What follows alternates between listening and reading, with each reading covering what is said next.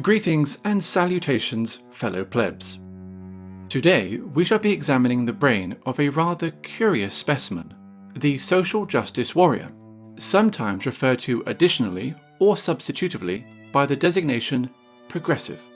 If you will afford me a brief digression, the label progressive was actually first introduced by a colleague of mine, Dr. Painful Irony, a brilliant if somewhat frustrating man.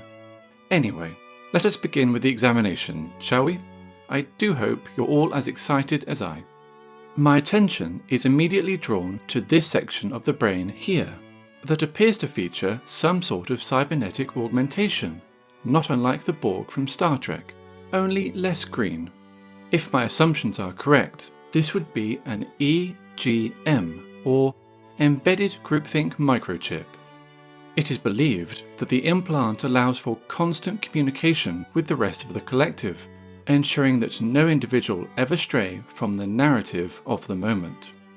Just to the left, one will note the growth of a gender node, so named because it dictates gender identification in the subject, along with a need to view the world through the lens of gender politics. If we take a closer look, we might be, yes, this specimen appears to have once identified as mayonnaise. I must confess, I wasn't aware that one's gender could be a condiment. Just goes to show how behind the times I am. Kids these days. Further to the left still, we find the entitlement synapse.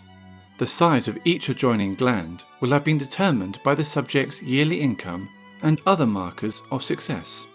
We can deduce from the enlarged victim gland and nanny state behavior enabler that the subject was either incapable of or unwilling to accept that money must be earned.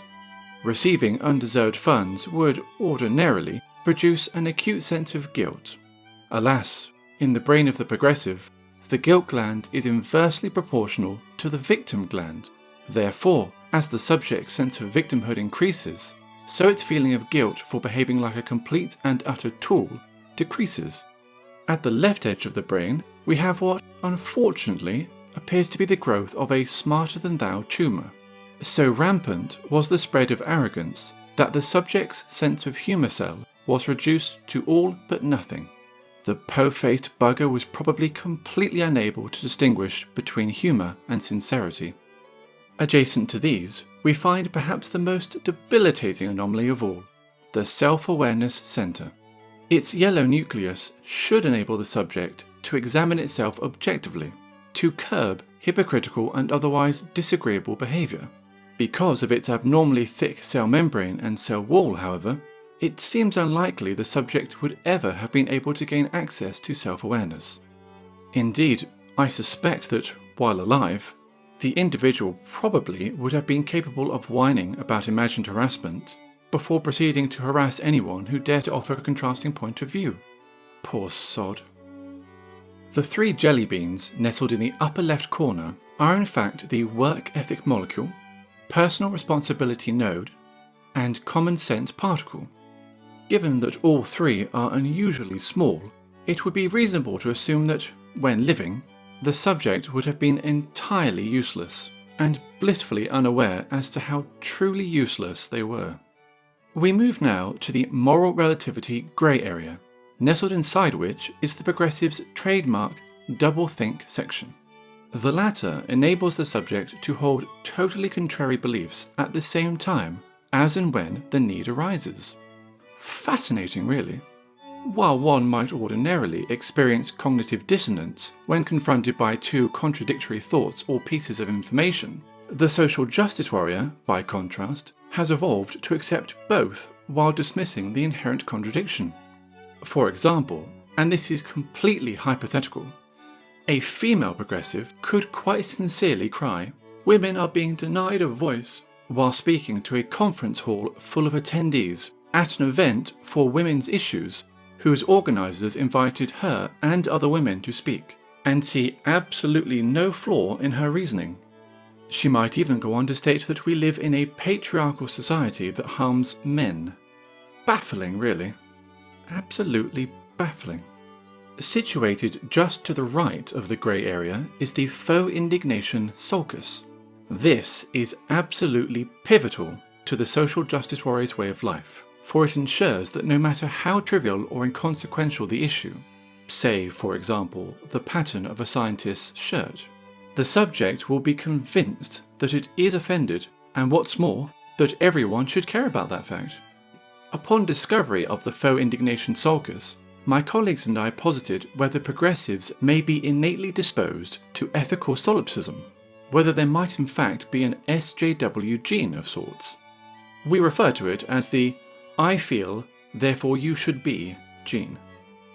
I see that below the sulcus sits the crown jewel, the dog's bollocks, if I may be so crass. This is the political correctness lobe, without which the subject would simply be incapable of functioning. We believe that it dictates which words may acceptably be used, and in turn those that may not. It tricks the subject into believing that multiculturalism is not only a good thing, but that it is without flaw, that a country's own flag is a symbol of oppression, but that everyone else's flag is merely an innocuous expression of identity, and that discrimination against a person based on their race or gender is unacceptable, unless that person happens to be male and/or white. Now, this very unusual, shuriken-looking gland is in fact the soft spot, also known as the safe space. It appears to act as a place of refuge for the social justice warrior when inconvenient information is being presented to it. It is said to produce warm fuzzies. Now, while in most humans the heart is situated behind the sternum, among progressives it appears to reside in a corner of the brain. What's more troubling still is that the heart appears to be perpetually bleeding. Moving now to the right edge of the brain, we find what could only be described as an enormous plug. A stopper. A bung. What, one might ask, is such a thing doing in a person's brain? An excellent question, to be sure. As far as I can deduce, the stopper, tethered to the political correctness lobe as it is, must function as a thought filter of sorts, preventing incorrect thoughts from entering or leaving the brain. You see, while social media may offer one the option to simply block those who dare to offer a conflicting opinion, interactions in real life aren't quite so accommodating. As a consequence, this particular social justice warrior appears to have developed a mechanism for filtering out undesirable information. This, good people, is an example of regressive evolution at work. Extraordinary. Taking down the insanity by just a smidgen, one will note the presence of a Marxism shrine below the think stopper.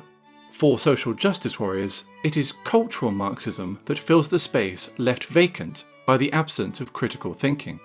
For those unfamiliar, it is my understanding that cultural Marxism is central to the decline of the humanities, culture, and civilization in general in the Western world. So I wouldn't worry too much about it. We move now to the Blame the West synapse. First, on the left here, we have the white guilt protuberance. If one has ever been curious as to why progressives insist that all white people should bear the alleged sins of their father's mate, this is why. Because, remember, in the mind of a progressive, no other race has ever done anything untoward. Ever. At all. Just white people. Moreover, all white people are guilty by association, however tenuous. Below it resides the guilt for history hypothalamus. This appears to act identically to the aforementioned white guilt protuberance, differing only in that it focuses the subject's attention on the past. It is thanks to the hypothalamus that we have Howard Zinn's A People's History of the United States. The final segment of the anti-West triumvirate would be the uncivil bellum, so named because it compels the subject to stoke racial, gender, and class tensions in their own countries. Thanks to the goading of this superfluous lump of bile, we have feminism instead of humanism. All lives do not matter, only black lives do. And instead of the 99% working together to reduce the growing wealth disparity, People such as myself are told, "Fuck off, you posh wanker," just because I say grass and not grass. Oh, and if anyone was wondering, the Super Saiyan eyebrow here is actually a patriotism node. Judging by the atrophied nerve endings, however, I very much doubt it was ever actually used. So, with the entirety of the brain examined, I feel confident in stating that the cause of death was unquestionably excessive exposure to logic and human decency.